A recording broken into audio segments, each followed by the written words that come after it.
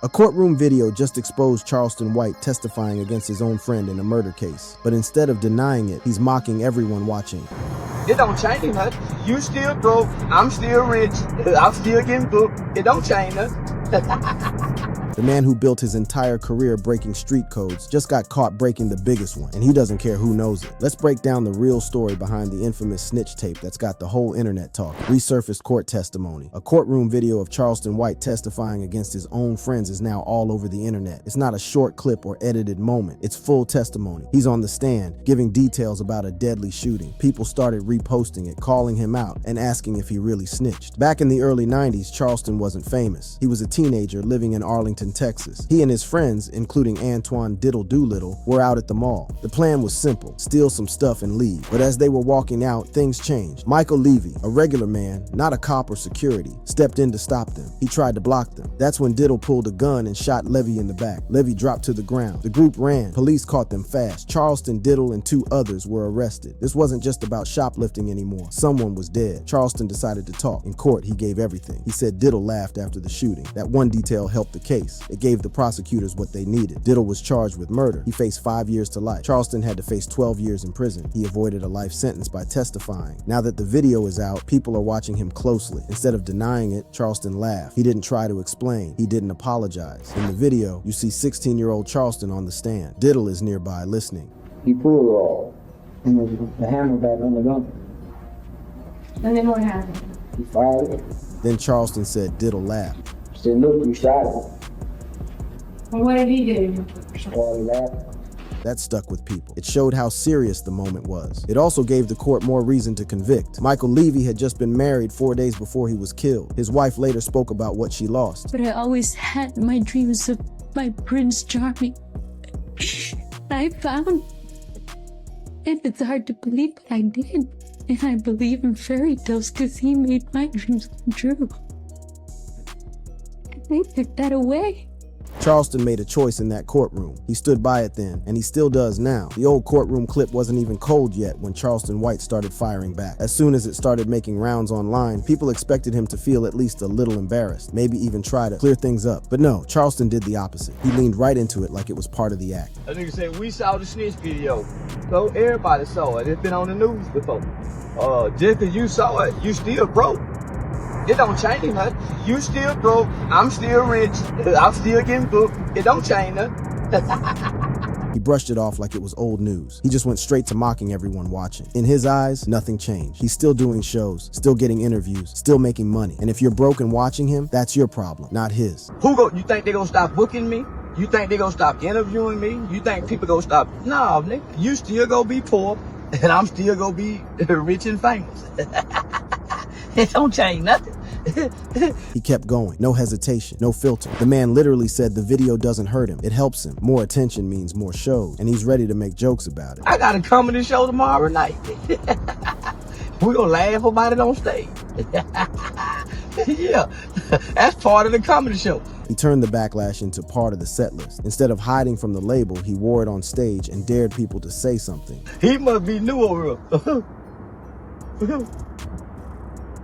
Yeah, we seen the snitch video. So, my response to everything. So, ain't nobody gonna do nothing.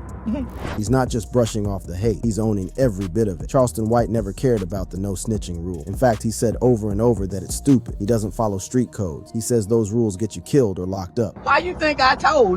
I don't give a damn. I ain't friends with nobody. He's been saying the same thing for years. If you're doing something illegal near him, he will tell. He's gone live while calling the cops on people. He laughed while giving names. To him, that's not betrayal, that's survival. And now that the court video is out, he's just repeating what he's always said. Charleston thinks he made the smart move. He believes anyone with sense would have done the same. In his mind, testifying didn't make him weak. It made him the only one thinking straight. He says he didn't go to jail for something he didn't do, and that's all that matters. He turned the backlash into part of his comedy set. While Charleston bragged about snitching, snitching, the internet quickly took sides. Critics versus Charleston. The noise around Charleston White didn't slow down. It got louder. After the court video went viral and Charleston laughed it off like it was part of his stand-up routine, people had a lot to say. Some were ready to cancel him completely. Others, they thought the outrage was a waste of time. One tweet called it out in simple terms. Life without parole is difficult. That line didn't need extra words. It was a quiet reminder of what was really on the line back then. A teenager staring down a murder charge. People saw that and started looking at things differently. Another comment flipped the whole conversation. Not everyone lives by the code. If he was my 16-year-old son and in court telling the truth, I'm a proud parent. Anybody thinking differently is the problem. That one hit. It cut through all the fake street loyalty. Not everyone grows up trying to protect the code. Some just want their kid to come home alive. Then someone came in with full sarcasm. I'm going with your ass to rob this here bank. Just know right now, nigga, if we get caught, I'm snitching. It was a direct quote from Charleston himself. He's been saying it loud for years. No surprises, no secrets. If you're doing dirt near him, expect to be on paperwork. Still, the other side wasn't quiet either. One tweet came out swinging. Mal, this whole thing is weak as hell. This man was a child. Straight clowns. They weren't defending him as a person, but they were tired of grown adults acting like a 16-year-old kid should have taken a murder charge in silence. But not all the comments stuck to the snitching. That's where it got darker. On Reddit, some users brought up old videos of Charleston saying things way worse than anything in that courtroom. One comment hit heavy. Yeah, I don't care about him snitching. The video of him bragging about getting away with grape needs to go viral. That took the whole conversation in a new direction. Now it wasn't about loyalty or testimony. It was about the kind of stuff people have been letting slide just because he's loud and entertaining. Another comment followed up with, I don't know why this gets swept under the rug. I've seen so many videos about him talking about graping women. It wasn't even about street codes anymore. It was about what people are willing to ignore as long as someone keeps them laughing. Another summed it up perfectly. Most dudes only care when females watching sadly, and that's the part nobody wanted to admit. A lot of what Charleston says has been out there. People just never cared until it became a trending clip. Still, not everyone was ready to bury him. A few pointed out that the video was old, and Charleston has already told the story 100 times. They say if you've been watching him, this isn't news. It's just people pretending to be shocked. But one comment hit the real issue. He lied in interviews and said he never testified against nobody. He said it was all a character. But one voice that didn't hold back was Jilly the Kid. He went in hard, calling Charleston a throwback rat. Jilly tweeted, can't beef with no nigga that's been ratting since the 90s. He a throwback rat, no sugarcoating, just straight to the point. This beef isn't new. Charleston White took it even further. And this time, he made it personal in a way most wouldn't dare. Not only does he stand by his decision to testify against his friend Antoine Doolittle, he wants him to stay locked up forever. Keep Antoine Doolittle in jail. The parole board is not ready for him to be released. I don't think the victim family want him to be released either. He killed somebody. I wasn't the man to pull the trigger. So it was easy for them people to forgive me and to release me. He doesn't just feel no guilt. He says the victim's family was able to forgive him because he didn't do the shooting. In his mind, he did nothing wrong. And to prove his point, he turned around and took a swing at Jilly the Kid, dragging the death of Jilly's son into the spotlight. No snitching, remember? Remember you were pushing no snitching for that little kid, Pop Hunter? You didn't know later on, 2 years, 3 years later, your son was gonna be murdered and killed. And because they put the no snitching down, your son's murder is unsolved. The beef between Charleston and Jilly had already been going for years. It started when Charleston defended a Philly rapper who was accused of snitching. Jilly didn't like that one bit and fired back. But things escalated after Gilly's son, Wang Cheese, was shot and killed. Most people would have backed off, not Charleston. Hold on, I'm finna call my son. You got to go to the graveyard and see your son. He said it with a grin, like it was funny, like mocking a father who lost his son was some kind of win. Gilly's son was killed during a robbery, something no parent should go through. But Charleston didn't stop. He kept going. Say, look, this what my kids give me for Father's Day. Gilly, say Gilly, cash money backup single. Say, cash money backup single. I'm sorry, backup dancer. He clowned Gilly's career, turning it into a joke. Say, listen, I'm finna call my boy, cause you can't call yours. You got to do this. Oh, I miss my son. I don't miss my, I'm finna call mine right now. Hold on, let me call my son. Then he actually made the call. Hello. What's up, mijo? What's up, Dad? What you doing? Man, it's going on. Oh, okay, you gotta go to work today? Nah, my car can't take care. Okay, I'll just call and talk to you. It was just a regular phone call for Charleston, but for Jilly, it was a reminder of what he lost and could never get back. Then Charleston twisted the knife even more. Say, Gilly, wouldn't you want to hear your son's voice this one more time? You too busy trying to play street and gangster. He didn't stop there. I remember how you and Wallow were crying. You and Wallow were crying. Oh, my son. Oh, my son got killed. Oh, you. Then came the most brutal line. Now you talking about snitching. You goddamn right I'm a law-abiding citizen. That's why your son unalive. Mocking a grieving father hit a level of disrespect nobody saw coming. And for once, Charleston knew it. He realized he went too far, and for the first time, he apologized. I know I'm wrong. So I ain't gonna know I'm wrong and continue to be wrong as a man. Gilly, I apologize. No jokes, no sarcasm, just an apology. But people weren't buying it. Even Charleston said it came from pain. I told y'all, and it didn't feel good. But because I felt like he hurt me, hurt people. But I ain't hurt, man. Then something shifted. On his birthday, he saw the cake in front of him. He paused, and in that moment, something clicked. The cake made me reflect. Looking at this number, said, man, you can't grow. What if you don't make it till 47? He realized it was time to let go. So now, man, I don't want to carry into a new year something that don't need to be carried. So that's a burden that I can release from myself because I put it on me. But even with the apology, Jilly wasn't interested. No, but you know, you can't. I can't respect like that because what I knew you for. Jilly didn't just reject the apology. He called out Charleston's entire brand. Think about it. You don't even know. You know him for disrespecting that's known. Jilly wasn't playing internet games. He shut it down. Can't respond to no like that. Me and you ain't on the same level. He didn't need to say more. Charleston built a name on talking wild and calling the cops when things got real. Jilly wasn't wasting his time on someone like that. But Jilly wasn't just mad about Charleston. He started talking about how different things used to be. He remembered when the community protected its athletes, gave them a way out, made sure they stayed safe. Now, that's gone. That's who killed my son. The 17-year-old basketball player that just got shot 17 times? Yes! That's who killed my son. Mocking a grieving father hit a new low. For once, Charleston apologized, but his list of enemies was already long and growing, ongoing legal troubles and beefs. While Charleston White was busy stacking up charges and making enemies offline, the list of people he had already crossed kept growing. And one name near the top, Boozy Badass. Their feud didn't start with anything small. It kicked off in 2022 when Charleston went after Boozy for his comments about Kanye West's White Lives Matter shirt. Boozy had called Kanye out publicly, but Charleston, being Charleston, didn't like that. So he fired back, clowning Boozy for speaking on something he didn't think Boozy had the right to judge. Then things got personal. Charleston didn't stop with Boozy. He aimed straight at his son, Tootie Raw, who was just 19 at the time. Charleston went online and said things that crossed the line completely. He said, "I hate you, Boozy, and I don't like your little ugly ass son neither, Lil Tootie Raw. He's going to jail. Yeah, that little boy going to jail. His little bitch ass going to jail. Lil Tootie Raw thinks he's tougher than a motherfucker. Boozy, your boy don't know how to fight. Neither do that Lil T.I. Lil Yellow motherfucker." That set the internet off. You don't come for someone's kid, especially not in public. But Charleston didn't care. He kept going, mocking Tootie and saying he would end up behind bars.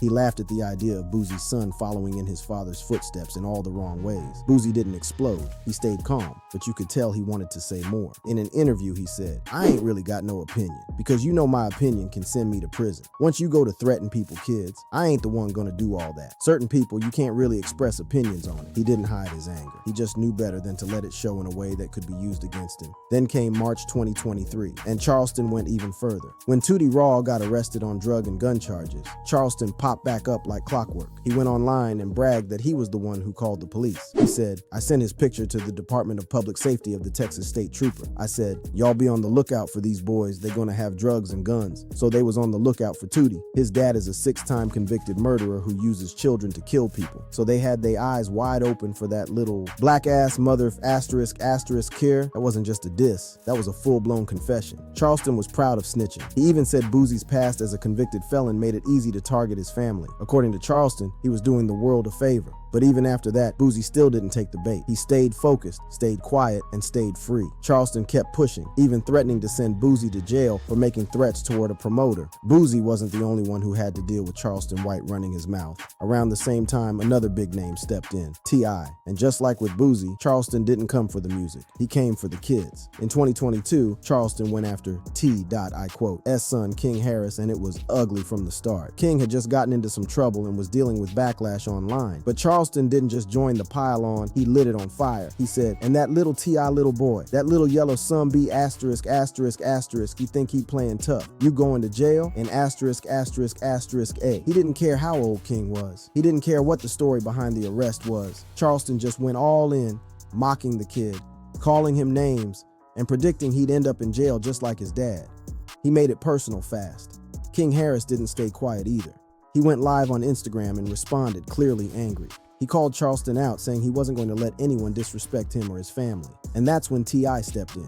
T.I. didn't beat around the bush. He didn't drop some slick diss in a verse. He came out swinging with a direct warning. He said, I got family who are willing to risk their lives and freedom to die about me and mine. Don't F ** king play with me, man. Don't have ** king play with my mother of ** kin child ever. And ** that was T.I. dropping all filters. No PR talk, no careful words. He was done. He had warned Charleston to leave his son alone. T.I. never changed his tone after that. He made it clear his son was off limits. And if Charleston wanted to play with someone, he needed to pick someone else. After throwing shots at T.I. and Boozy, you would think Charleston White might back off a little, but nope. Instead, he took things somewhere even darker. This time, he picked a fight with YSL Woody. And not just Woody, the man brought his daughter into it, a disabled child. Woody got a retarded daughter.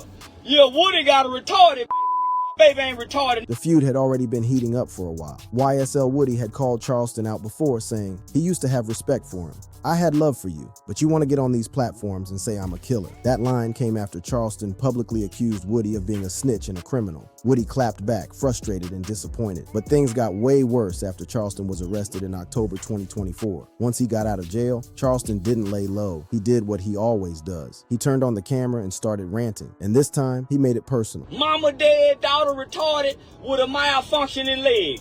Man, tell Woody and that other whole ass nigga to hush they motherfucking mouth, nigga. My baby in college is 16 years old, nigga. The full clip made rounds online fast. Viewers couldn't believe he had taken it that far. There's trolling, there's disrespect, but bringing a child into it, especially a child with special needs, crossed every line. Woody didn't ignore it. He responded quickly and directly. He posted a video defending his daughter and calling Charleston out. You could see it in his face. He wasn't playing. He wasn't yelling. He was hurt and angry. You're talking about my child. You would never say it in me. That's the difference between me. Like, I know these niggas be saying it on the internet. They won't say that right here. Where I can put my hands on the car, I drop his ass like a bad head. Charleston didn't apologize. He didn't take the video down. He stayed loud. He stayed online, and the backlash kept growing. After going after YSL Woody and dragging a disabled child into the mess, Charleston White decided to level up the chaos. This time, he took a direct shot at one of the most respected names in hip-hop, J. Prince. Now, if you know anything about the streets, you know J. Prince and his label Rap-A-Lot are not the ones to play with. But Charleston didn't care. He came at J. Prince like he was just another name in the comments section. It started with Charleston mocking the whole Mob Ties name, straight up calling it fake. Stop talking like y'all the mob. I'm sick of you niggas. That was his way of saying J. Prince and his people were all image and no substance. And once he said that, things moved fast. In February 2023, Charleston had a comedy show planned in Houston. But the moment his name hit the flyer, everything went sideways. The event got canceled. No warning, no chance to reschedule. Charleston wasn't quiet about it either. He jumped online and blamed it all on J. Prince. Y'all some motherfucking pussies, nigga. I see why Rap-A-Lot and the rest of these niggas run around this motherfucker.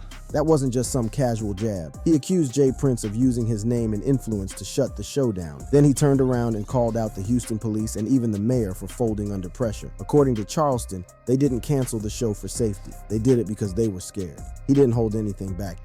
Bitch ass nigga, they scared. He was mad, not just about losing the show, but about feeling like the whole city was protecting J. Prince. And in classic Charleston fashion, he didn't just express that anger, he exploded with it. After going at J. Prince and dragging half of Houston into the chaos, Charleston White turned his focus to something else. This time, he weighed in on the quiet tension between 50 Cent and Big Meech. And true to form, he didn't hold back. Charleston spoke on it during one of his usual rants, pointing out the difference between the two. One of them knows how to move online, the other doesn't. And that, according to Charleston, makes all the difference. 50 bullying Meech because Meech ain't no internet nigga. 50 is an internet nigga. Big Meech is a street nigga that's been cooking and trafficking dope. That line didn't just sit there. People shared it fast. It got picked up all over social media. Then 50 Cent responded in his own slick way. Not with threats, not with anger, just business. Yes, Charleston White is correct. I'm a rapper, not a drug dealer. That was it. Clean and simple. 50 used Charleston's words to promote his next project. He didn't argue. He didn't act pressed. He just turned the moment into marketing. Charleston wasn't wrong, though. He saw something that a lot of people miss. Big Meech built a name in the streets. 50 built his reach on the internet. And in today's world, the internet always wins. You could be respected in every block across the country, but if you can't control the story online, someone else will. Out of all his wild takes, crazy feuds, and unfiltered rants, it's that courtroom moment that has everyone talking right now. Broke. It don't change nothing. You still broke. I'm still rich. I'm still getting booked. It don't change nothing. That one line says it all. It's the reason people keep watching. It's not just the snitching, it's how proud he is of it. That attitude is why people can't look away, and that's where his whole personality comes from. Charleston White talks the way he does because that courtroom changed him. He grew up locked up, surrounded by violence, learning fast that being quiet didn't help. So he got loud. He made himself the one no one could ignore. And now everything he does, from macing rappers to mocking street codes, goes back to that. That snitch video isn't just going viral. It explains why he is who he is. Thank you for watching this video. If you liked it, check out the suggested content on your screen by clicking one of the cards displayed.